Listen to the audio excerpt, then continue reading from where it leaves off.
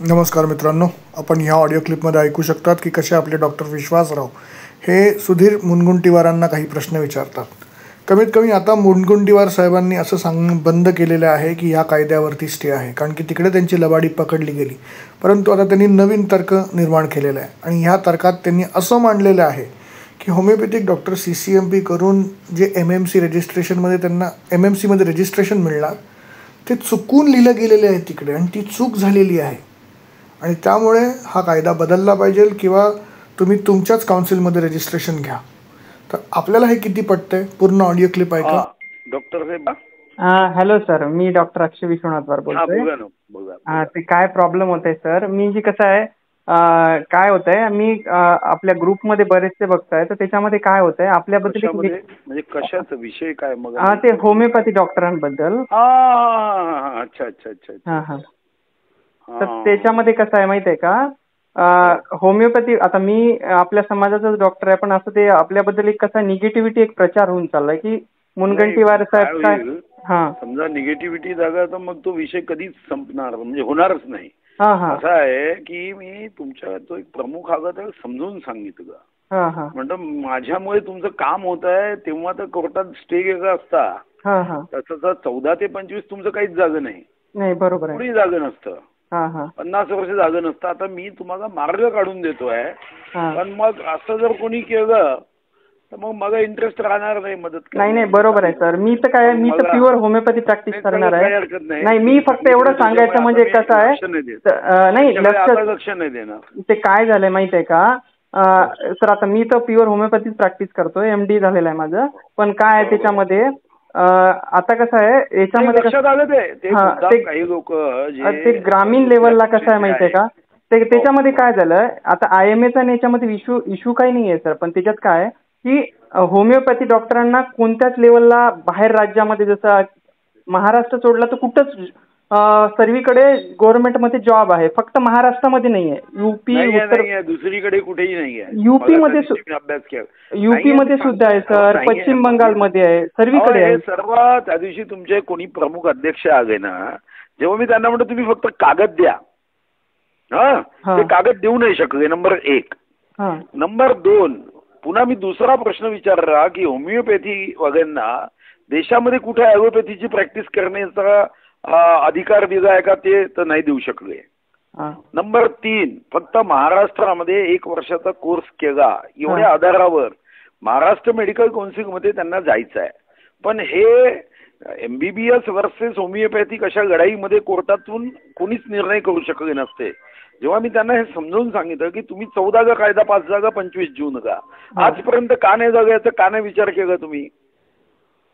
कारण सर्वांना ही समज होती की हे तुम्ही कोर्टामध्ये स्टँड होत नाही. ठीक आहे, मग आता हे काय झालं, तर आता काय झालं, जेव्हा महाराष्ट्र मेडिकल काउन्सिलमध्ये प्रशासक आहे, त्या प्रशासकांनी एक चुकीचं पत्र काढलं. आता प्रशासक आहे तिथं, त्यांनी चुकीचं पत्र काढलं, त्या पत्राच्या आधारावर ते पुढे गेले. पण त्याच्यात काय झालं होतं सर, मी सांगतो. 2014 मध्ये जेव्हा कायदा बनला ना, MMC मध्ये त्यांनी ऍक्ट मध्ये पारित करून कायदा बनवला. म्हणजे याच्या आधी 2012 पासून समितीच्यावर सांगतोय 2014 मध्ये कायदा बनला, आजपर्यंत का नाही झालं सांगा. तर ते समिती त्याच्या आधी झाली होती, तर त्याच्यामध्ये समिती होऊन बाकीचे 2-4 MMC मध्ये नाही का ऍक्ट मध्ये चेंज झाला सर. अर्धवट माहितीच्या आधारावर लोक सांगायला लागले. नाही, अर्धवट नाही सर. तर MMC ऍक्ट मध्ये बघा ना सर, तुम्ही 2000 त्यांच्या ऍक्ट मध्ये असं मेन्शन केलंय, म्हणजे आपण पारित केलेलं आहे सभागृहामध्ये. सांगतोय तुमच्याकडे असणारी माहिती चुकीची आहे, म्हणूनच देशात कुठेही जागा नाही, कुठेही जागा नाही देशामध्ये. तसं नाही सर. आता तुम्ही तेवढंच बघताय ना, तर UP मध्ये 14 गव्हर्नमेंटचे कॉलेज कागद द्या ना, आता समिती बसली, द्या ना कागद. मी तेच किती लोक नोकरीत आहे, काय आहे, कागद द्या ना. आपण तोंडी बघून उपयोग नाही, तोंडी बघून नाही सर. आता तुम्ही तेवढंच म्हणता, तुम्ही नेटवर सर्च करा. UP मध्ये नेटवर नाही, तुम्ही कागद काढा ना. 12 कॉलेजेस आहे गव्हर्नमेंट आणि 1 प्रायव्हेट आहे, आणि सर्व ठिकाणी जॉब आहे. आणि तेवढंच कशा गुजरात मध्ये सुद्धा आहे सर. तुम्ही आहे ना, तर ते काढा ना. बस झालं. आता समितीच तयार झाली आहे, त्या समितीसमोर मी तुमचे कागद. आणि मग ते कसं कसं होत आहे, आयुर्वेदिक वाल्यांना दिल्या जाते आणि होमिओपॅथीला हा त्याच्यामधला गैरसमज आहे.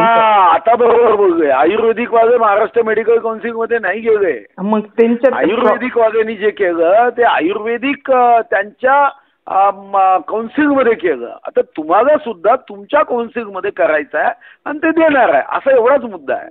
तुम्हाला सुद्धा मिळणार आहे आयुर्वेदिक वाल्यांसारखं, पण दुसऱ्याच्या काउन्सिल मध्ये जाऊन नाही मिळणार, एवढाच मुद्दा आहे. आता ते कसं आहे सर, आता ते कसं आहे, एमएमसी मध्ये ॲलोपॅथिकच्या रजिस्ट्रेशनचे प्रश्नच नाही सर. तुम्ही ऐका, तुमची चूक होत आहे. मी पुन्हा समजावून सांगतोय. त्या दिवशी तुमचे लोक आले, त्यांना मग 1.5 तास जेव्हा सर्व समजून सांगितलं पटलं. आता माझ्याकडे तेवढा वेळ नाहीये की तुम्ही एकेका मी समजावत बस. ठीक आहे, मी कसं आहे सर, आपल्या समाजाचा डॉक्टर आहे, मला नाही का सर, मी तर मला गरज बी नाही आहे. आणि तुम्हाला सांगतोय, तुम्हाला जर कधी वाटलं तर 20 लोक तुम्ही या, मी एक कागद तुम्हाला दाखवल्यावर आपोआप विषय संपते. प्रश्न एवढाच आहे की तुम्हाला तुमची बाजू आणि तुमचा विषय मार्गी जागावा, आता तो मार्गी जागू शकतो. पण तुम्ही ज्या मार्गाने सांगताय त्या मार्गाने मार्गी जागत नाही. आयुर्वेदिक वागाने त्या मार्गाने मार्गी जावलाच नाही. तुमचा विषय मार्गी जागेल, या मार्गाने नाही लागत. या मार्गाने तुम्ही गेला तर अनंत काळापर्यंत हा विषय कधीच पूर्ण होणार नाही. आता तर मेडिकल प्रशासकावर एन्क्वायरी सुरू होईल, त्याला भविष्यामध्ये अरेस्टही होण्याची शक्यता नाकारता येत नाही.